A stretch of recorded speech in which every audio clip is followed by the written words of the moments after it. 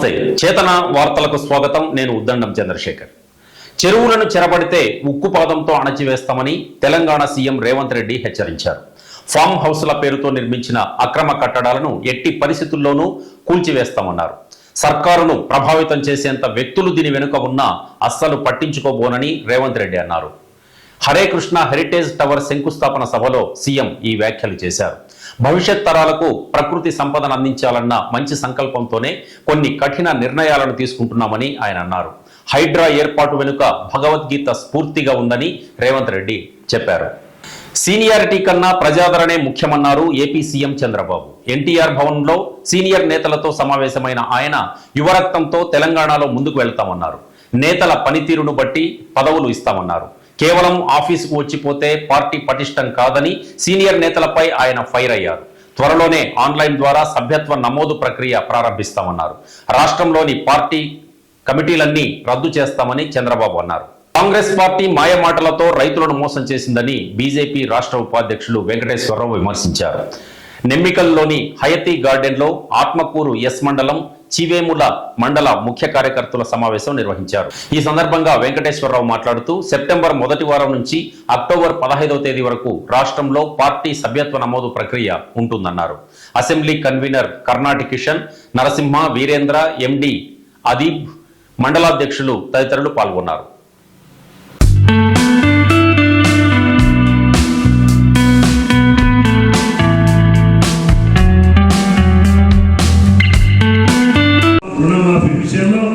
అస్తవ్యస్తంగా 37,000-38,000 కోట్ల రూపాయలు ఈరోజు మరి దాదాపుగా 40,000 పైచిలకు రైతులు ఈరోజు రుణాలు తీసుకొని ఉంటే ఈరోజు 17,000 కోట్ల రూపాయలు మేము ఇచ్చినామంటున్నారు. అది కూడా 7,000 కోట్ల రూపాయలు మాత్రమే ఇప్పటికీ ఇంకా రైతుల అకౌంట్లో పడ్డారు.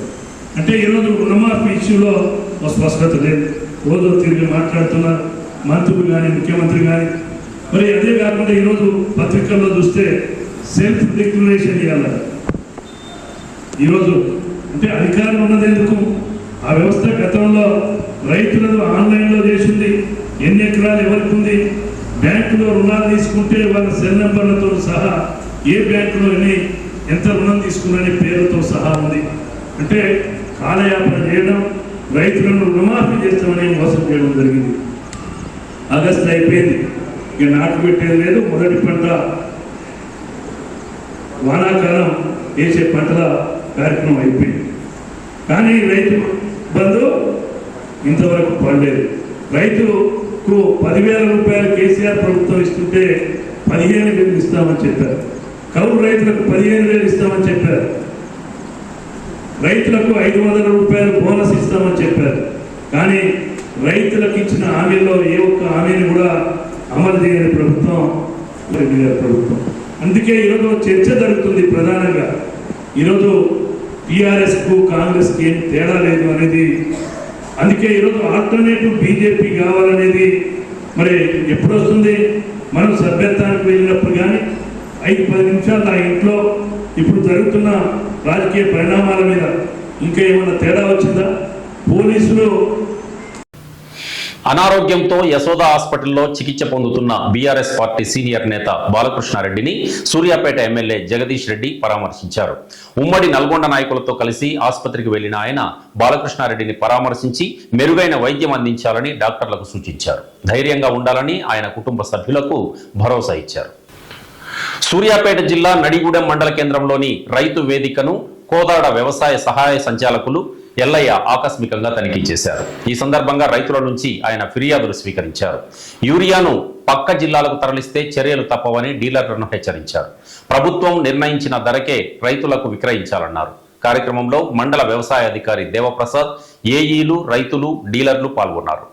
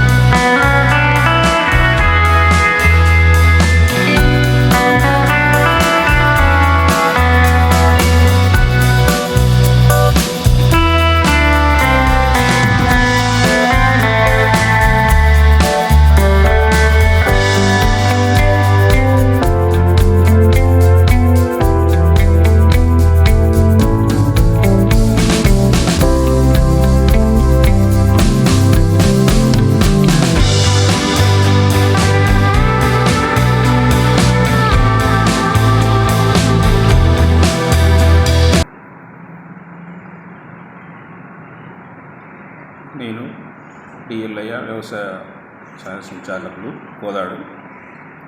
ఈరోజు అడిగూడెం మండలానికి రావడం జరిగింది. దీనిలో భాగంగా ఏదైతే రుణమాఫీ విషయము రుణమాఫీ ప్రభుత్వ ఆదేశానుసారంగా మరియు జిల్లా కలెక్టర్ గారి ఆదేశానుసారంగా ఇక్కడ జరుగుతున్న గ్రివెన్స్ను చూడడం జరిగింది. దాంట్లో ఫ్యామిలీ గ్రూప్స్, తర్వాత 2 లక్షల ఎబోవ్ వాళ్ళవి, తర్వాత కొన్ని బ్యాంకులో ఆధార్ కార్డు కానీ, తర్వాత ఇది పాస్బుక్లో తేడా ఉన్నా కానీ ఎలాంటి ఇబ్బందులు పడకుండా అందరికీ కూడా తెలంగాణ గవర్నమెంటు ప్రభుత్వం ఆదేశాల ప్రకారంగా రుణమాఫీ విషయం జరుగుతుంది.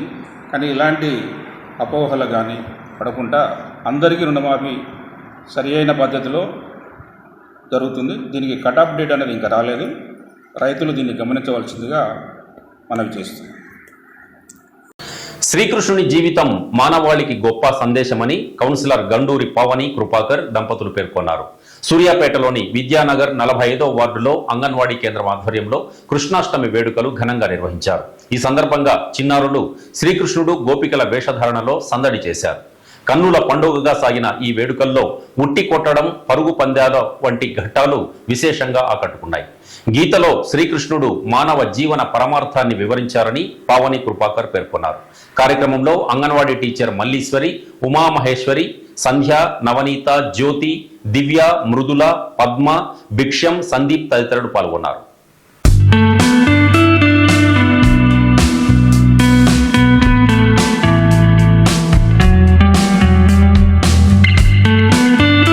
తీన్మార్ మల్లన్నకు మంత్రి పదవి ఇవ్వాలని, 42% రిజర్వేషన్లు వెంటనే అమలు చేయాలని బీసీ జేఏసీ కన్వీనర్ మారం శ్రీనివాస్ డిమాండ్ చేశారు. మిర్యాలగూడలో ఈరోజు బీసీ జేఏసీ ఆధ్వర్యంలో జరిగిన సమావేశంలో మారం శ్రీనివాస్, పొదిల శ్రీనివాస్, కొమ్ము శ్రీనివాస్ తదితరులు ప్రసంగించారు. మల్లన్నకు బడుగు బలహీన వర్గాల సమస్యలపై చాలా అవగాహన ఉందన్నారు. మల్లన్నకు మంత్రి పదవి కేటాయించి బడుగులకు న్యాయం చేయాలని వారు ఈ సందర్భంగా కోరారు.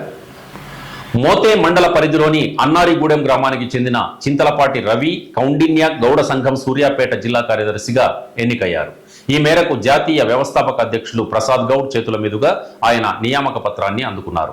పదవులు పొందిన వారు గౌడ సంఘం సంక్షేమానికి కృషి చేయాలని ప్రసాద్ గౌడ్ పేర్కొన్నారు. ఈ సందర్భంగా రవి మాట్లాడుతూ కౌండిన్య గౌడ సంఘం అభివృద్ధికి తన వంతు సేవలు అందిస్తానని పేర్కొన్నారు. కందిలోని ఐఐటి హైదరాబాద్ను తెలంగాణ ఐటీ మంత్రి శ్రీధర్ బాబు సందర్శించారు. అక్కడి విద్యార్థులు రూపొందించిన డ్రైవర్ రహిత కారును పరిశీలించి అందులో మంత్రి కాసేపు ప్రయాణించారు. అనంతరం మంత్రి మీడియాతో మాట్లాడారు. డ్రైవర్ రహిత కారు తయారీ అద్భుతమని, దీనిని రూపొందించిన హైదరాబాద్ ఐఐటి దేశానికే గర్వకారణమన్నారు. ఇంకా ప్రయోగ దశలో ఉన్న ఈ సాంకేతికత త్వరలోనే ఆచరణలోకి రావాలని మంత్రి ఆకాంక్షించారు. ఇవి ఇవాల్టి బులెటిన్ విశేషాలు. తిరిగి రేపటి బులెటిన్లో మళ్ళీ కలుద్దాం. Stay with us.